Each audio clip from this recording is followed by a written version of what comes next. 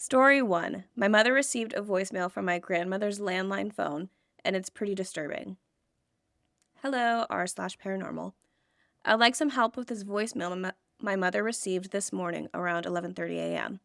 Here's some background information. My mother lives alone in an old house that my mother and her 2 sisters grew up in. When they were children, the house was supposedly haunted by spirits. My mother was haunted by a voice that would call her name, Judy, from the bathroom. Her sister Gina would speak in tongues at times. Okay. It got to the point where they had a priest come in and cleanse the home. Other than a few odd occurrences, there was nothing too major, and it happened so long ago that it doesn't concern my family anymore. So today, my mother calls and asks if I pranked her by leaving a creepy voicemail. I explained to her that I didn't and asked who was the last person to call her. She had 2 missed calls from my grandmother before the message, and when I finally made it to my mother's house to listen to the message, I found that it did indeed come from my grandmother's house. We called my grandmother, and she told us that she did not leave any message, and that my mother went over to her house during the day to ask her about the message, and she was told there was no way she left a message on her phone. The message is not static, but it seems more glitchy. There's a dominant low voice that seemed to be saying my mother's name slowly. Judy. At times. It's 50 seconds long and repeats. I bring my friends over because they love the supernatural, so we came over to see what we could investigate and to help my mother out because she's extremely religious and emotional. I figured out how to send a message to my own phone and then upload it to the computer where I have some software that can enhance the sound clips. Every time I listen to it, I get shivers down my back. I wanted to see what everyone else thinks about this. I've uploaded the original voicemail to an MP4 on MediaFire. I'm not sure if there's an easier way to share this. Please let me know. Link is here. Ooh. Yeah. Okay, ready? Mm-hmm.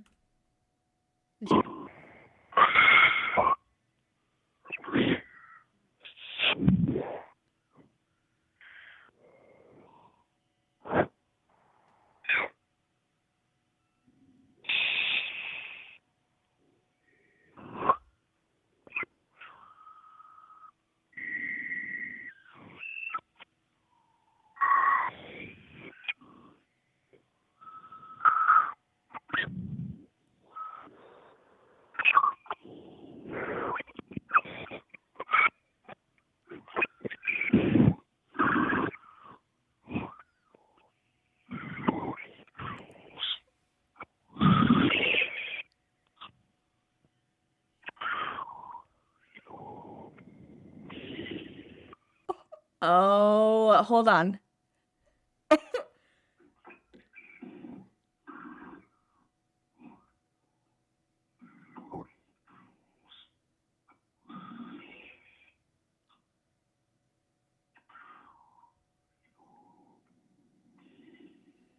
Oh, That last one? that gives me chills. Oh, yeah. At first, I was like, what? This honestly sounds like someone's trying to like swallow a phone. They have the phone, and they're just like, but then I was like, Yeah. like, yo, Yeah, there was like the little like the no yeah, Jody and Yeah. like that one, and then like the ooh, I don't like that. It Ooh, makes me think of my nipples are hard. Nosferatu. My armpits are sweaty. Whoa, that was I don't like that. Nosferatu. Yeah. Yeah. When he's just like sending her messages out into the night. Yeah. Just, like, Yeah. That's yeah. very reminiscent. Yeah. Does your mom have a modern relationship with a Nosferatu Dracula type figure that she may have had in her youth that she hasn't brought up? Yeah, it's an old lover. He's just like calling and trying to leave a message. Yeah, ask your dad if there was anyone he had to fight, maybe stab with a stake before claiming your mom's hand in marriage, things like that. That's No. so creepy. What do you think it was? I have no logical explanation for this, so clearly it's a ghost who's attached to you, and it's like, hey, babe, come back. I miss you. Do you think it could be because it's an older lady? Yeah. So do you think that it could be she's just kind of dumb and she's like running around outside and the wind's just like catching her phone, but it's like hitting it. It's like Like, Right. She did a butt dial. My Yeah. Anna butt dials all the time. I thought you were going to say something way more sad. I thought you were going to be like, what if she has dementia? Oh. Of course she wouldn't remember making a call. Yeah. Which, again, waiting for my Anna to start doing that too, because she does not wear her hearing aids. Yeah. Mm-hmm. It could be that, or it could be a ghost. I think it's probably a ghost. Based on my professional opinion, we have a podcast with 72 episodes. Professionals. This is a ghost. There's no other option other than Nosferatu is trying to win your mom's love back. Yeah, truly. Yeah. I would not want to listen. I think if I heard that in my phone, I would listen to like the first 2 seconds and I would hear the like, and be like, you Right. know what? No. I would assume I'm it was a good. butt dial. Yeah. The first 2 seconds were just like, I wonder if I've ever gotten, because my Nana butt dials me all the time. Yeah. So I'm used to hearing a voicemail and being like, oh, this is your pocket, and then hanging up. Yeah. Who knows? Someone on the other side could have been like, Jasmine. Yeah. I've also had like my parents have called me and left voice messages on accident before. So I've literally heard my dad having a full conversation before. I didn't listen to the whole thing. I literally like answered and I was like, oh, he's talking to somebody and it's not me. So I'm going to delete this because I don't care. Yeah. So, and that is a big fear of mine. A memory just was unlocked that I forgot about. I butt dialed my dad when I was in high school, and I was hanging out with my high school boyfriend at the time, and we were, cuddling. And my dad called me on the phone like a couple days later, and he's like, yeah, you butt dialed me. Ooh, Jasmine, you're so pretty. And he's like, that's all I heard. And then I hung up. I was like, thank God. Oh, God. Yeah. That is Like, what the fuck? literally one of my worst nightmares ever. Like I cannot have my phone in the same vicinity as where I'm experimenting. Right. Where I'm a woman in STEM, I have to experiment. I will never have my phone in the lab. Gloves on. We scrub in. Yeah. We lock in. Phones are out of the room. We can't distract the surgeons. Like, you know what? That's so smart because I didn't learn my goddamn lesson because my phone's usually just somewhere on my bed anyway. Yeah. That's dangerous. You're playing with fire. You are playing with fire. You're in a rollover and Siri's going to be like, what would you like to do? And you're going to be like, oh, daddy. And he's going to be like, it's going to be like, call daddy. And it's going to call your dad. This is why I don't know daddy. Yeah. Unless requested. Mm-hmm. I don't know. I don't like doing it. Yeah. It makes me feel weird. It takes me out of the moment. It does. I understand. I also, like, there are certain pet I don't know why we're going off on this tangent. It's pointless. Let's not. We'll lock it. No one needs to know this from us. There's a comment that says, at 23 seconds, I heard hide.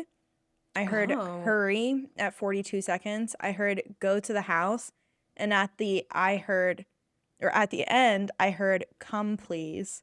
That's just my point of view. Hope that helps. I'm on the Nosferatu. What was that first time code? 23 seconds. Okay, hold on. And somebody else said at 23 seconds, my eyes watered a bit because it no longer sounds like a landline phone, but just being weird. It starts to sound like something's voice uttering stuff in a not so happy kind of way. I'm deleting this shit off my laptop stat.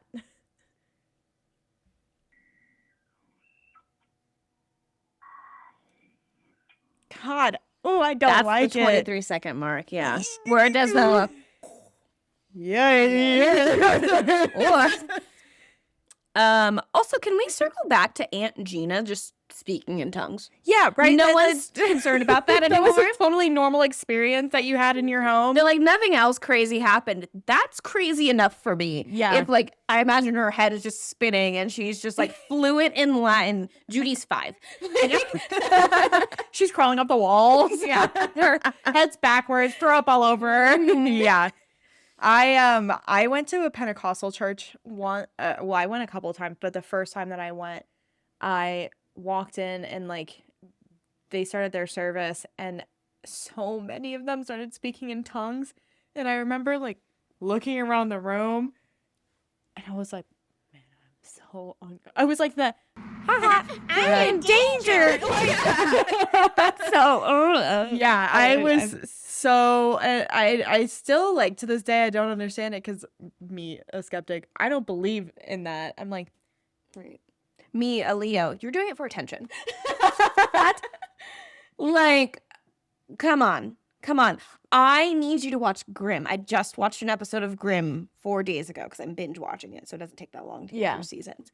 But they did an episode on like speaking in tongues at churches and stuff, and like so in the show Grimm, there's these people called Vesson, and they can like turn into they are these animals, but they like conceal themselves as humans, and the pastor is like one of the Vessons.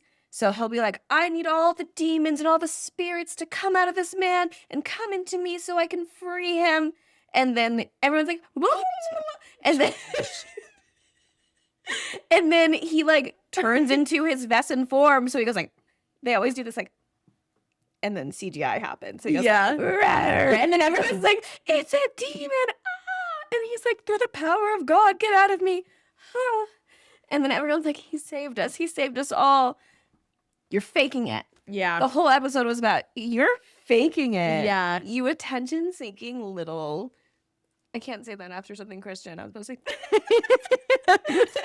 I mean, I'm not gonna say that it's not for attention, but I'm also not going to say. Yeah.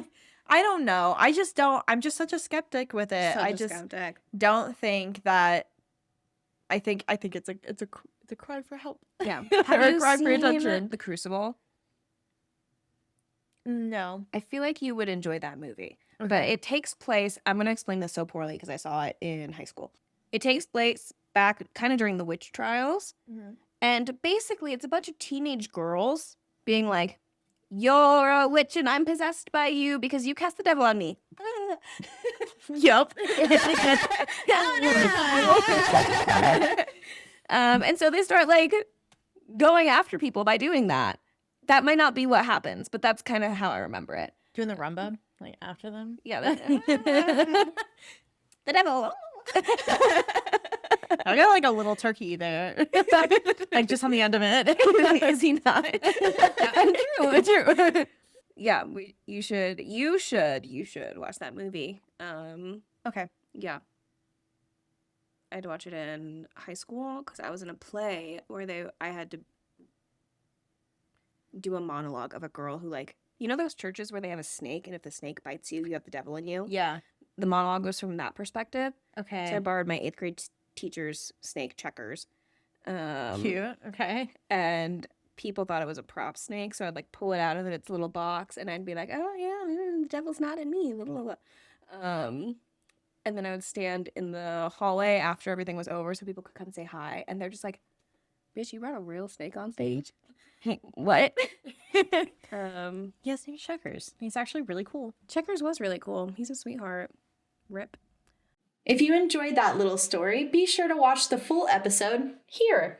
And make sure you like, subscribe, and all that jazzy. Jazzy? I see what you did there. Wait, what was that?